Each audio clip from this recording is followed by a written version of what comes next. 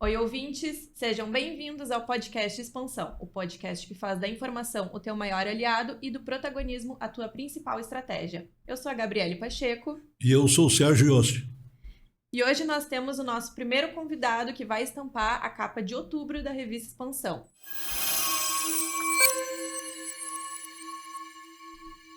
Eleandro Goulart é nexialista, ou seja, ele une empresários e investidores para levar mais negócios para frente. Além disso, ele criou o maior centro de distribuição e armazenagem do mundo, 100% tecnológico e automatizado. Seja bem-vindo, Eleandro. Muito obrigado à revista Expansão. Então, a gente queria começar falando sobre a tua trajetória, o teu começo. Quem é o Eleandro Goulart? O Eleandro é um nexialista hoje, né? A minha profissão é logístico, mas eu me considero hoje mais nexialista do que logístico. Então, essa é a minha visão de futuro dentro do mundo dos negócios. E com o que tu trabalha? Eu sou Business Advisor da Conexão Sul Brasil Armazenagem, uma empresa que hoje está em grande expansão nacionalmente e internacionalmente.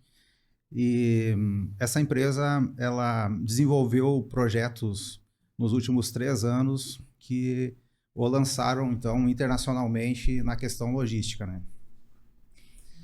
E como nexialista, o que exatamente é essa profissão? Porque é um termo bastante novo, né? É um tema novo, mas que traz uma curiosidade a quem tem o poder de aproximar pessoas, né? Então, dentro da Conexão Sul Brasil, na questão armazenagem, nós nos destacamos, que nem eu te falei, internacionalmente. E esse destaque fez com que nós nos aproximássemos de pessoas que têm o poder de decisão no mundo do business. Uhum. Então, através disso, a gente simplesmente hoje nós unimos 2 pontos. Então, essa profissão, essa nomenclatura, ela se chama nexialista, uma pessoa que aproxima os 2 mundos. Uhum. Então, isso é uma coisa que eu adoro fazer, estou fazendo muito bem e estou trazendo grandes possibilidades para muitas empresas no Brasil e no exterior. Uhum. Isso já está sendo muito comum entre, por exemplo, os empresários do Rio Grande do Sul. Eles já têm esse conhecimento também de poder atingir esse objetivo?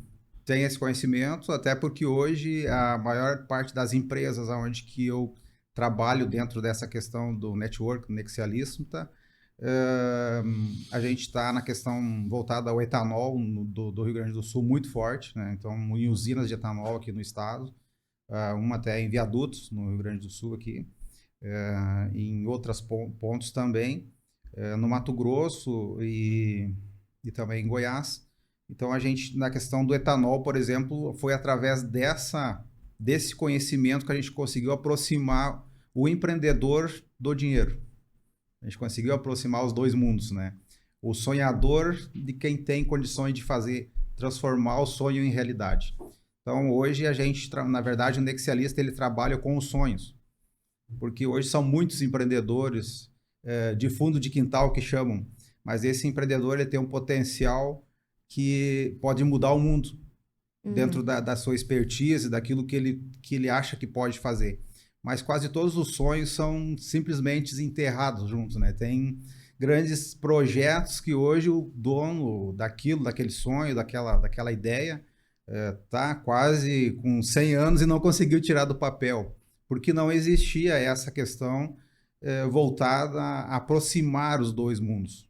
Tem um mundo lá fora que é além da nossa perspectiva aqui. Ele é muito maior. E a gente está num país, né? Tomara a Deus que a gente possa chegar a ser um país de primeiro mundo, mas nós não somos um país de primeiro mundo. Quando tu vai ao exterior, tu vê o que é um país pujante, onde a economia realmente está voltada ao desenvolvimento. E nós sempre trabalhamos com a hipótese, a ideia de que os grandes projetos e os grandes pensadores têm que vir de fora, sendo que eles estão aqui junto de nós, né?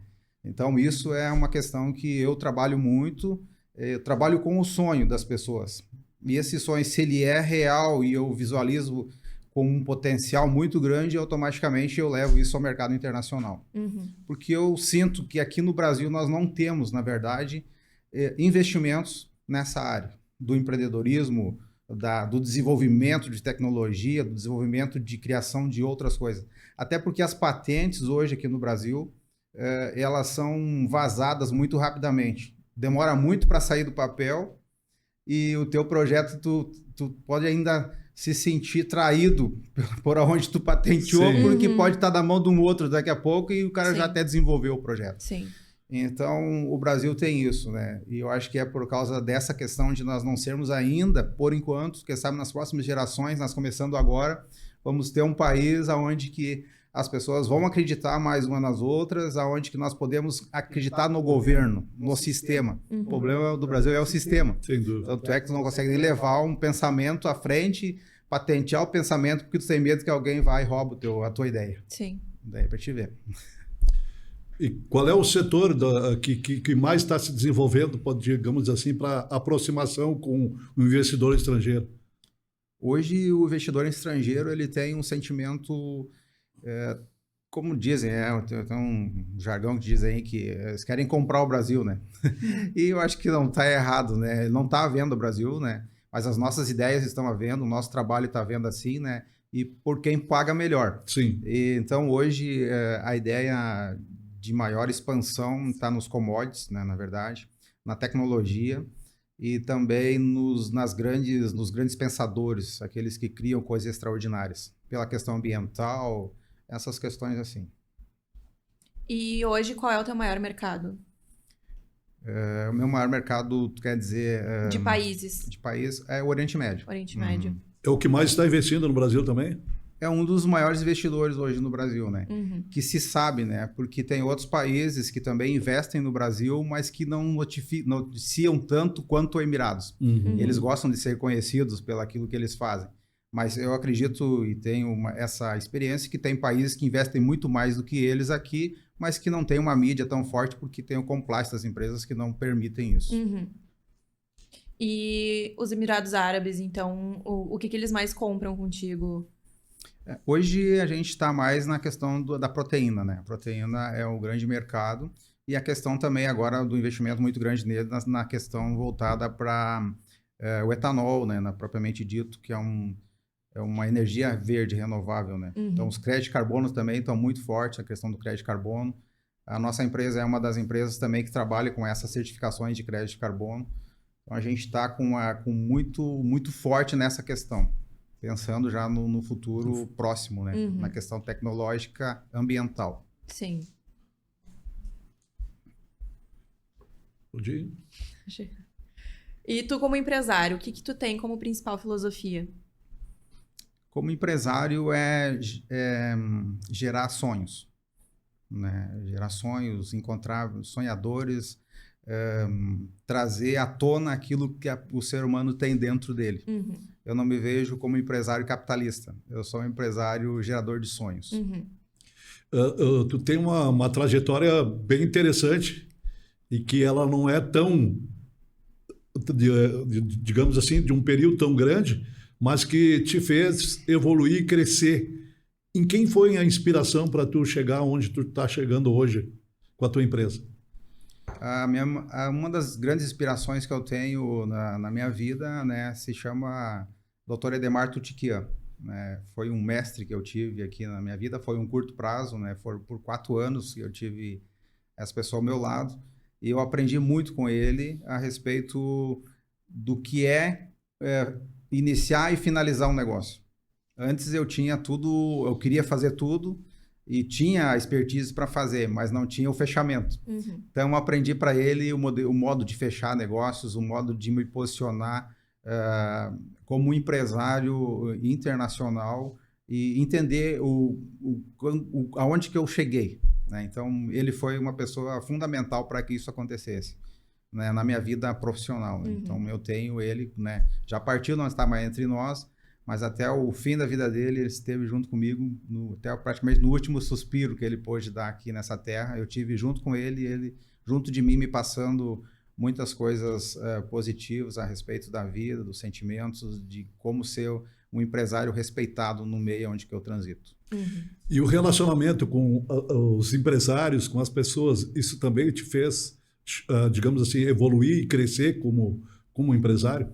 Com certeza, essa aproximação, tanto pela questão empresarial, com muitos empresários, tanto no Brasil quanto no exterior, me fez entender o mundo, o meu posicionamento e o da minha empresa dentro desse mundo. E o que uma empresa precisa ter para ela atrair o teu olhar? Eu sempre digo, né, o meu olhar hoje é uma visão internacional, né, porque só para contar um outro fator que é muito importante para mim estar aqui hoje, né, na frente de vocês nesse podcast, ele se deu tudo a partir do momento em que eu desenvolvi algo extraordinário. Então, para a pessoa passar para mim algo extraordinário, para mim vender, eu tenho que ser algo extraordinário. O mesmo não pode ser. Então, eu sempre provoco, né, que o extraordinário está dentro de ti, não está na tua mente, porque a tua mente, ela te limita. Mas o extraordinário está dentro do ser humano e pode colocar para fora isso. Então, quando eu desenvolvi o maior centro de distribuição 100% automatizado do mundo, eu me transformei num ser humano extraordinário para o mundo. Então, eu também procuro pessoas extraordinárias. Pessoas que pensam fora da curva, que a única maneira de se posicionar nesse mundo capitalista é dessa forma. Então, eu procuro essas pessoas que elas têm essa intenção de se posicionar, mas que se for pela onde que eles nasceram ou por todo o que vem percorrendo a vida, jamais chegarão no limite que eles gostariam, a não ser pelo aquilo que está dentro deles, né, que possa ainda impactar o mundo. É assim que eu vejo as pessoas que eu gostaria e tenho ao meu redor. Eu queria que tu comentasse assim um pouquinho desses negócios que tu já aproximou, né? Que tu já fez a ponte, digamos assim. Como é que foi esse processo, se tu puder contar? São processos, como tu falou antes, que tipo de pessoa, que tipo de empresa, que tipo de negócio. São negócios voltados ao mundo internacional. Eu vejo que aqui no Brasil não teria como eu fechar os negócios que eu fechei até hoje. Então, são negócios voltados à tecnologia, né? Então, eu aproximo duas empresas de tecnologia. Uma empresa que tem na ponta a expertise, mas que não tem o capital para fazer com que essa expansão tão desejada aconteça. E eu aproximo ela de um investidor, e esse investidor ele tem sede no mercado internacional da compra desse produto, que praticamente nem foi lançado ainda. Então ele compra praticamente a patente toda, né? Então esse produto ele é lançado internacionalmente. Então são muitos produtos, a gente tem também uma proximidade muito grande com universidades, onde está sendo desenvolvido grandes projetos científicos também. Então eu trago de fora essa possibilidade. E qual a tua visão de futuro, assim, que tu imagina, tanto para tua empresa como para o mercado como um todo? Eu vejo que o mercado ele tende a ser se nós analisarmos como a gente vive hoje pelo sistema, nós temos duas opções. A gente segue o sistema e todos nós acabamos visualizando o que a gente visualiza hoje, ou a gente continua no sistema com um plus, que são esses grandes desafios de pensamento, esses grandes desafios tecnológicos, esses grandes desafios pela questão ambiental também, né? Então, hoje o mundo se move muito pela questão ambiental, pela tecnologia ambiental, né? Sim. E é uma coisa que não se falava há 10 anos atrás em tecnologia ambiental, né? Pelo menos aqui no Brasil a gente não tinha isso. Hoje nós temos no Brasil pensadores sobre isso, então bem bacana. Fui procurado a semana passada sobre questão ambiental muito forte de um pensador aqui do Brasil, tá com um projeto que vai estourar internacionalmente.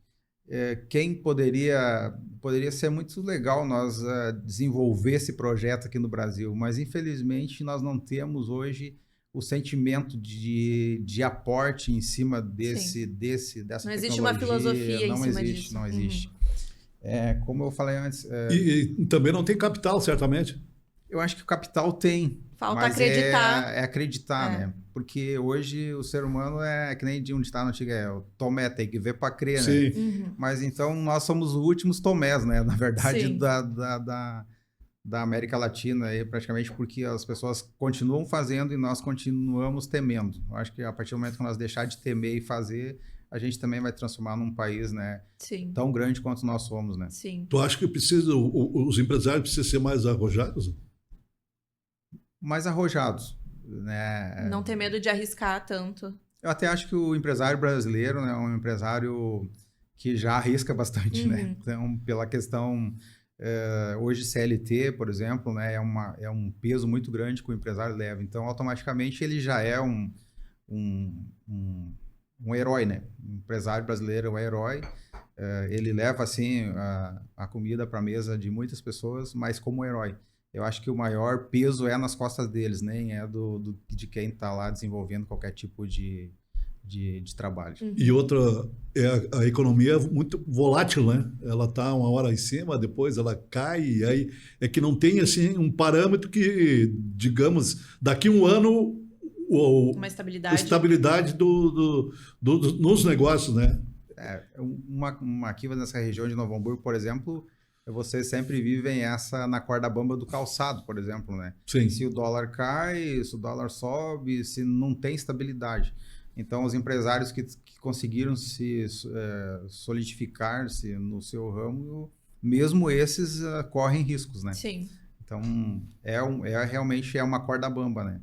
Tanto na questão exportação, mercado interno. O mercado interno também se move por causa dos insumos, etc., né? Então, hoje é tudo dolarizado. Então, o empresário realmente hoje é um grande herói. Sim. Tu também... tu tem a tua sede da tua empresa em Porto Alegre. Porto Alegre.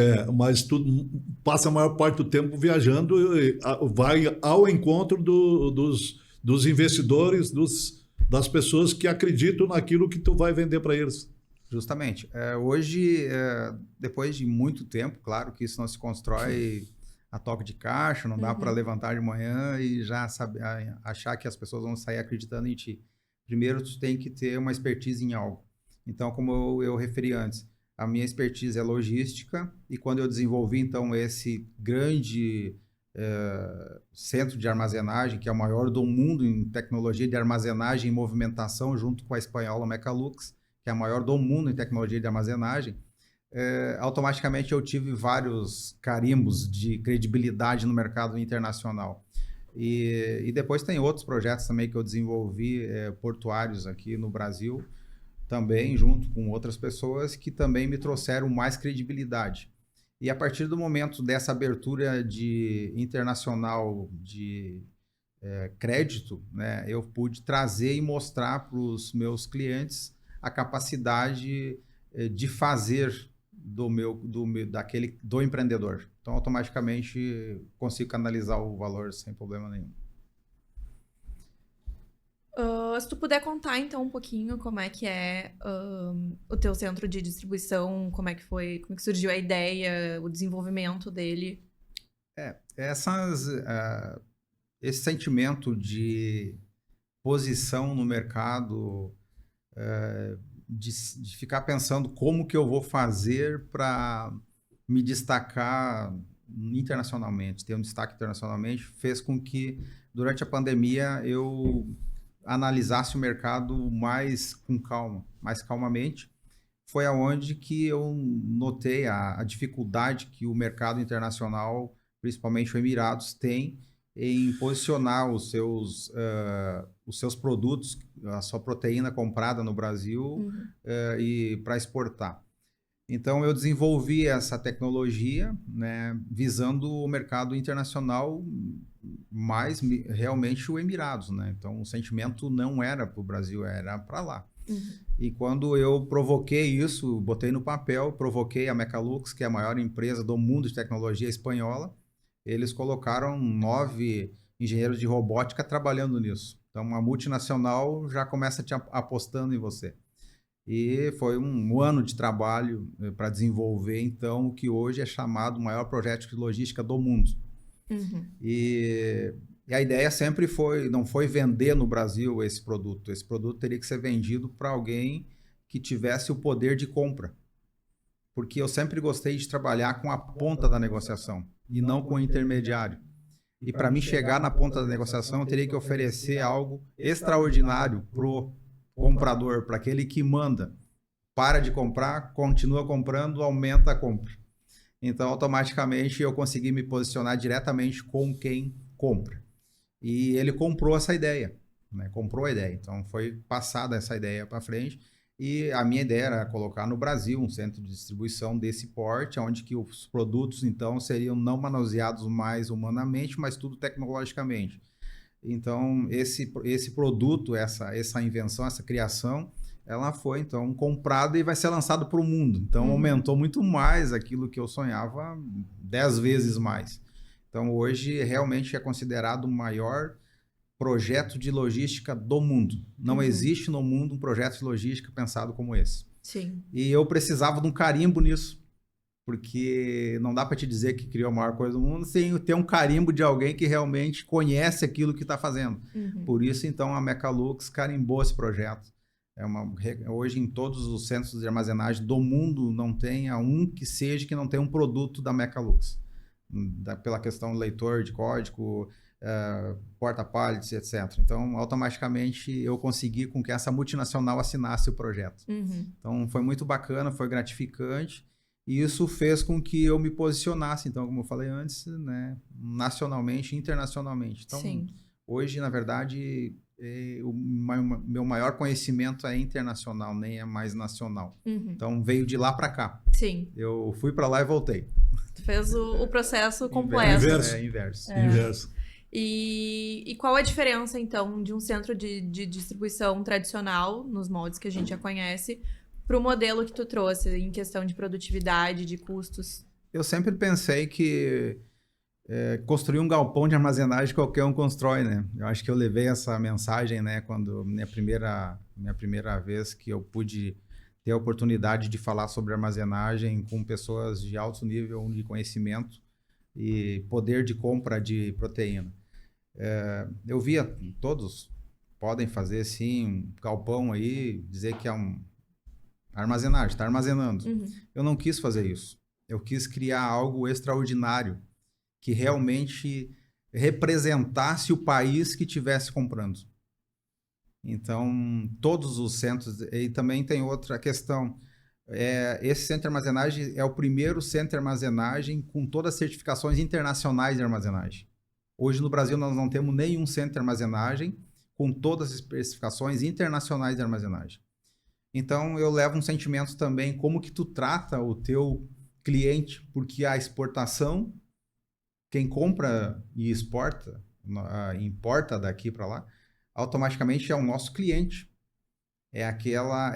Por exemplo, pegue uma empresa, Marfrig, JBS, são 300 mil pessoas trabalhando.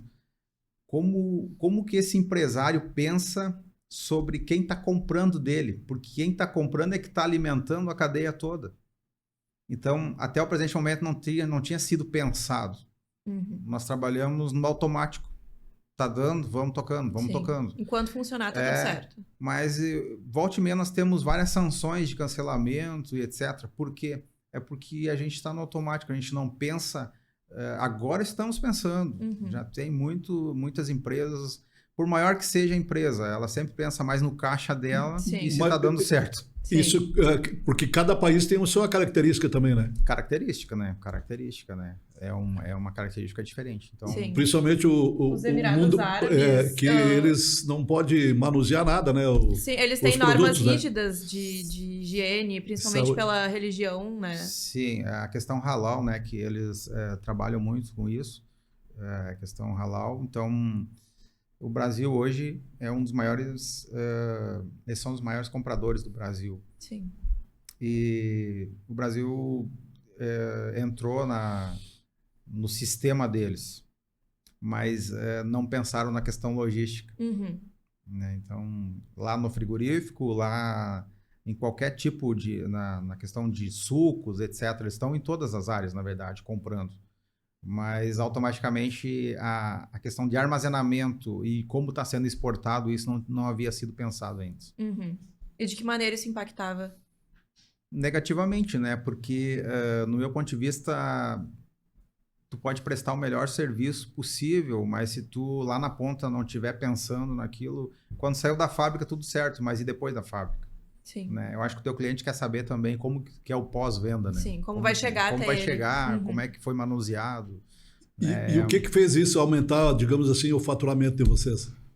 O nosso faturamento hoje aumentou 1000%, né? Muito mais, né? Porque nós éramos uma empresa de terceirização, de consultoria, e hoje nós somos uma empresa de ponta na questão armazenagem. Então, hoje, os maiores projetos de logística do mundo, nós somos chamados para opinar, pelo menos, né? Uhum. Então, isso é bacana, né?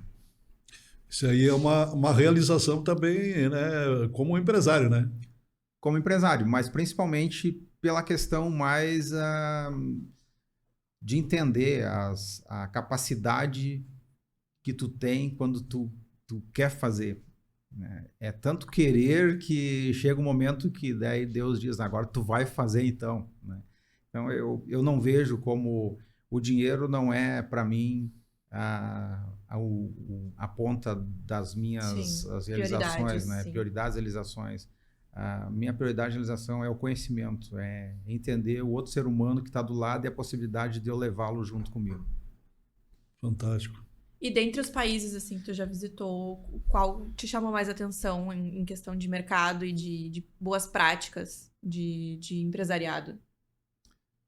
Eu acho que hoje, né, a gente olhando positivamente, o Brasil é um grande país, claro, né, mas os Estados Unidos ele é um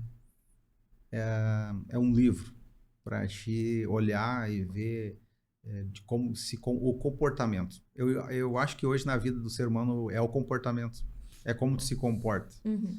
Então, infelizmente, nós temos que sair daqui para entender o comportamento do mundo lá fora, para trazer para cá um sentimento, né? Então, essa é a questão. Eu vejo hoje como esses países subdesenvolvidos, né, que são uma máquina de fazer dinheiro, são os caras, tudo que eles pensam dá certo. Então, eu me espelho muito nesses países de fora. Uhum. E quantos países assim tu já visitou? Uns 5 países já. Uhum. E qual seria a tua figura, assim, Tu falou antes, né, que foi uma grande inspiração o teu mestre, né, que tu teve ao longo da vida. Mas se tem, assim, algum empresário, alguém que tu visualiza e pensa, é exatamente isso que eu quero seguir. Hoje eu vejo assim, né, eu também tive a oportunidade de conhecer o Dr. Jorge Gerdau, né, Sim. e graças ao Dr. Edemar conheci ele. E tive a oportunidade de estar na casa dele e foi muito bacana. Fiquei 2 horas conversando com ele e hoje fui de novo lá. Então, eu vejo que uma pessoa que também pegou uma empresa familiar e transformou no poder que é hoje a Gerdau, tu tá perto de uma pessoa dessa, ou pelo menos ter os sentimentos que ele tá te olhando e vendo o que tu está fazendo no mundo, é muito bacana. Então, são lugares que eu entrei já hoje na minha vida, assim, e depois desse boom que eu tive na questão no empresarial, que nunca imaginei que pudesse, mas como ir, não tinha noção como chegar lá. E hoje consigo adentrar qualquer lugar, tanto na política quanto na questão empresarial, eu circulo em todas as áreas. Sim. E que mensagem tu daria, por exemplo, para as pessoas que estão iniciando o seu negócio e, ao mesmo tempo, aquelas pessoas que precisam, digamos assim, de um olhar diferenciado, principalmente no teu caso, como a pessoa que aproxima com o mercado estrangeiro? Que mensagem tu daria para essas pessoas? Para um empresário que hoje está iniciando, né, se ele tem o desejo de se projetar internacionalmente, ele tem que olhar para a possibilidade de trazer algo novo. Né? O novo é o que move o mundo. eu sempre ficava pensando, poxa, eu tenho que criar alguma coisa diferente, né? Mas já inventaram quase tudo, né? Então ficou pouca coisa para nós, né? Mas na verdade tem muitas coisas ainda para ser criadas que podem facilitar a vida do ser humano, né? Então eu acho que o empresário hoje, ele para ele se destacar internacionalmente, pode ser até vendendo água mineral para os Emirados, pode ser exportando água para países da África que estão comprando. Então toda essa expertise eu tenho e eu sei que dá para fazer. Então, hoje, o teu produto, tu tem que colocar ele no mercado com o teu sentimento. O produto não é só uma marca, é um sentimento. Quando tu consegue passar o sentimento do produto para quem tem o poder de compra, tu consegue, então, se projetar internacionalmente. A gente pegar hoje empresas, por exemplo, que estão exportando água, que é um produto para nós aqui que é comum, mas que tem países que não têm água potável para a mão, né?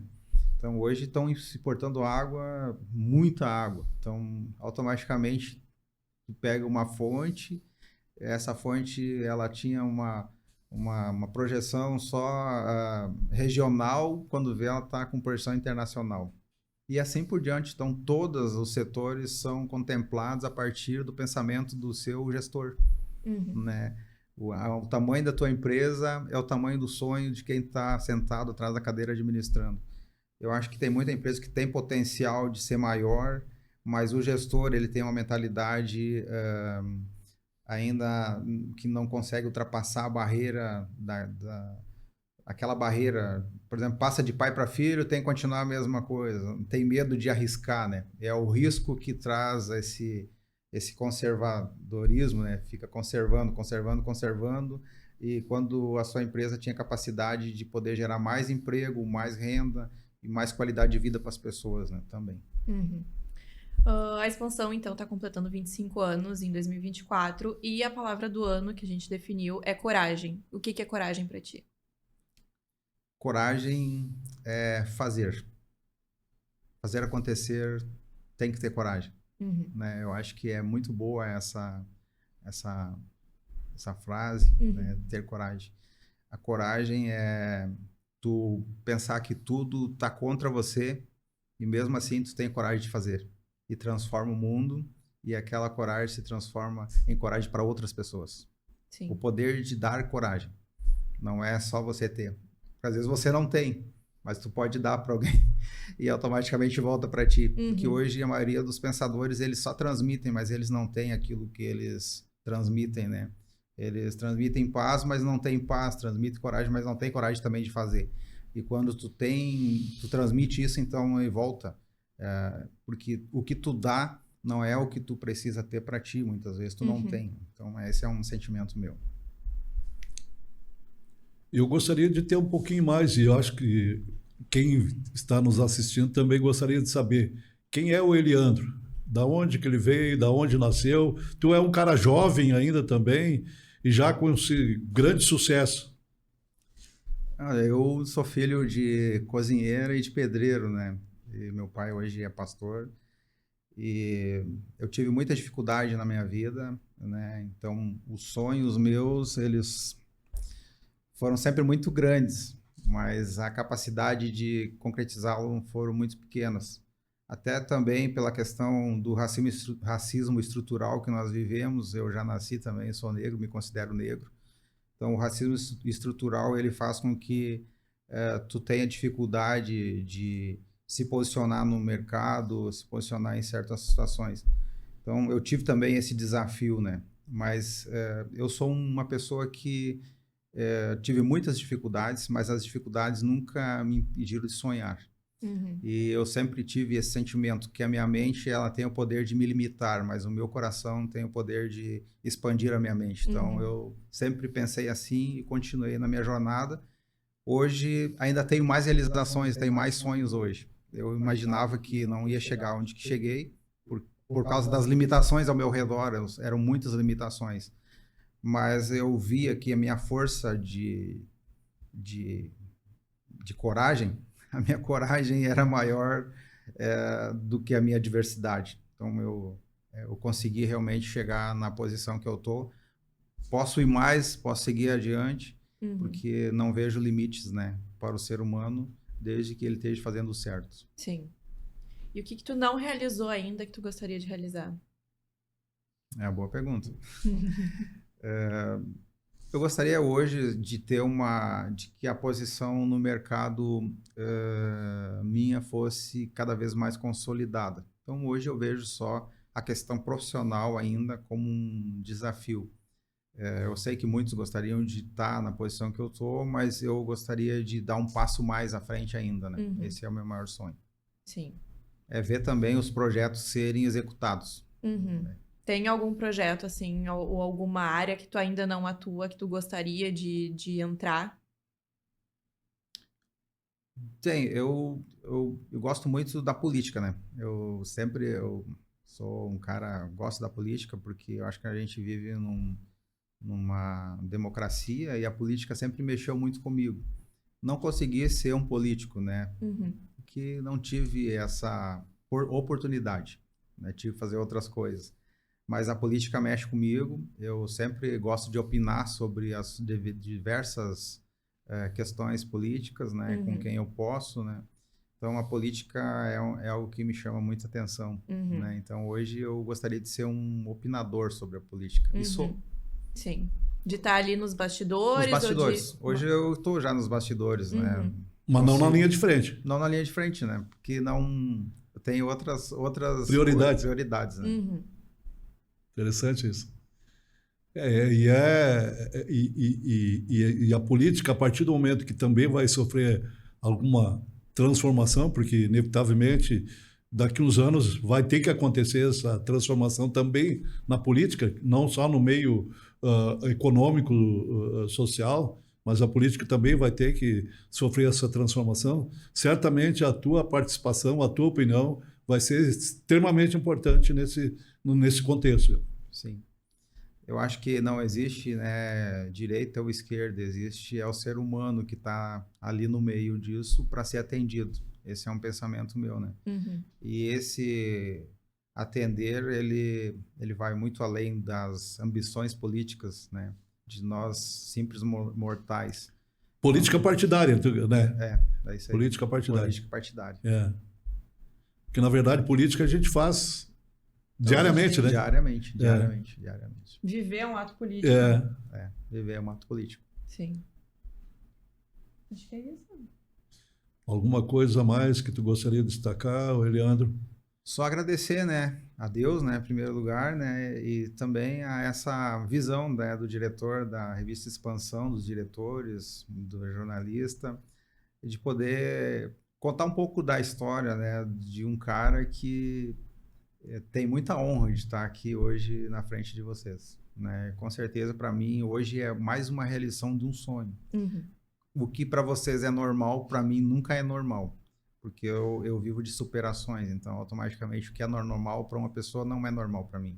Eu faço disso mais um pedaço da minha história. Agradeço humildemente, né, e de coração aberto à revista Expansão, desejo sucesso a vocês pela humildade de encarar os grandes desafios do jornalismo, de contar a história de pessoas. Isso é bacana. A gente que agradece por tu estar aqui com a gente, abrir teu coração, tua cabeça, trazer um pouco das tuas ideias.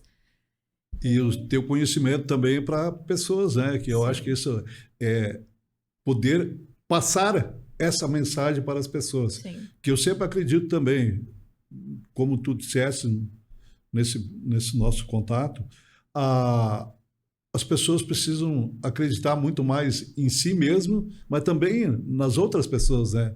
Porque a partir daí nós vamos ter um mundo certamente muito melhor, né? Com certeza. Eu acho que não dá para te ter credibilidade se tu não dá. Tem que dar. Para obter, tem que dar. Sim. Obrigada por ouvirem, eu espero que essa tenha sido uma conversa inspiradora para vocês. Não esqueçam de curtir, comentar e compartilhar e seguir a Expansão nas redes sociais, @expansão.co. Até a próxima. Tchau.